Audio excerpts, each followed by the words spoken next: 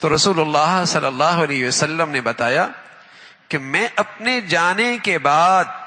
اپنی امت کے لیے جو سب سے بڑا فتنہ سمجھتا ہوں، ما ترکت بعدی فتنۃ اضر علی الرجال من النساء،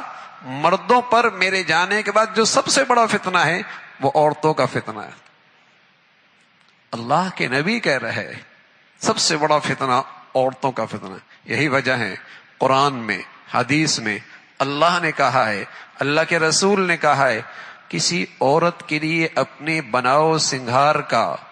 نمائش کرنا یا جسم کے وہ اعضاء جو حسن و جمال رکھتے ہیں ان کا غیر مردوں کے سامنے اظہار کرنا یہ حرام ہے۔ بلکہ رسول اللہ صلی اللہ علیہ وسلم نے تو ایک موقع پہ اتنی سخت بات فرمائی ہے، فرمایا جو عورت خوشبو لگا کر باہر جاتی ہے اور اس لیے جاتی ہے کہ لوگوں کی نظریں لے لے، وہ بدکار ہے، وہ زنا کر رہی ہے، اور جس کی نظر اس پہ پڑ رہی ہے وہ آنکھ بھی زنا کرنے والی۔ معاشرہ خراب ہوتا ہے، سوسائٹی خراب ہوتی ہے، نسب خراب ہوتا ہے،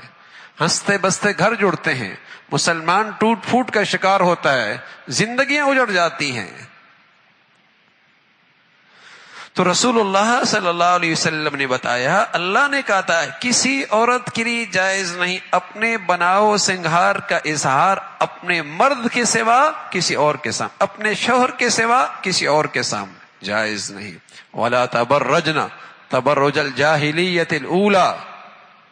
زمانہ جاہلیت میں عورتیں بناؤ سنگھار کر کے باہر نکلا کرتی تھی۔ اللہ ہم سب کی حفاظت فرمائے۔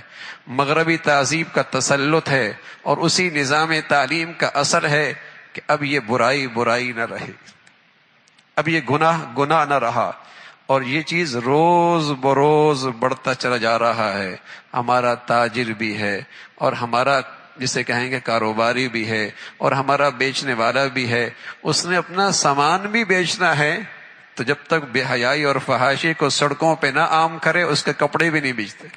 اس کا ساز و سامان بھی نہیں بکتا، اور سوچتا بھی نہیں ہے کہ میں چند ٹکوں کے لیے معاشرے کو کتنا گندا کر رہا ہوں اور آنے والی نوجوان نسل کا ذہن کیسے اس میں تخریب پیدا کر رہا ہوں۔